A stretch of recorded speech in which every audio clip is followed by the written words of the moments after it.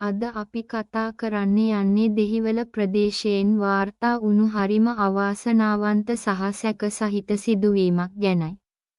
Dehiwala Hilda පෙදෙසේ නිවසක ගෙවත්තක තිබිලා පුද්ගලයෙක්ගේ මල සිරුරක් හමු වෙලා තියෙනවා. මේ සිද්ධිය වාර්තා වෙන්නේ දෙහිවල හිල්ඩා පෙදෙසෙන්.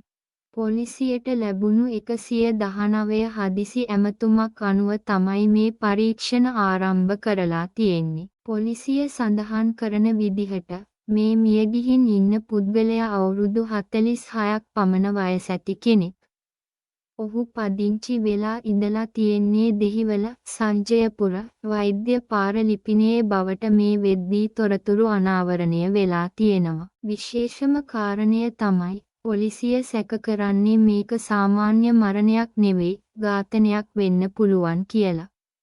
මොකද මේ පුද්ගලයාට පහර දීමක් සිදු කරලා ඝාතනය කරලා තියෙන බවට තමයි මූලික පරීක්ෂණවලදී සැකපල කරන්නේ. දැනට ලැබෙන තොරතුරු අනුව මේ මල සිරුර හමු වෙලා තියෙන්නේ දෙහිවල ප්‍රදේශයේ වැඩපළක් ඉස්සරහා තියෙන නිවසක ගෙවත්තක තිබිලයි. මේ සම්බන්ධයෙන් ගල්කිස්ස වැඩ බලන මහේස්ත්‍රාත් දීත්ම ප්‍රනාන්දු මහතා විසින් මහේස්ත්‍රාත් පරීක්ෂණයක් පවත්වලා තියෙනවා.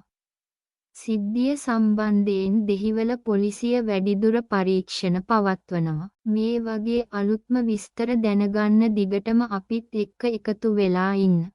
තාම සබ්ස්ක්‍රයිබ් කරලා නැත්නම් දැන්ම සබ්ස්ක්‍රයිබ් කරන්න.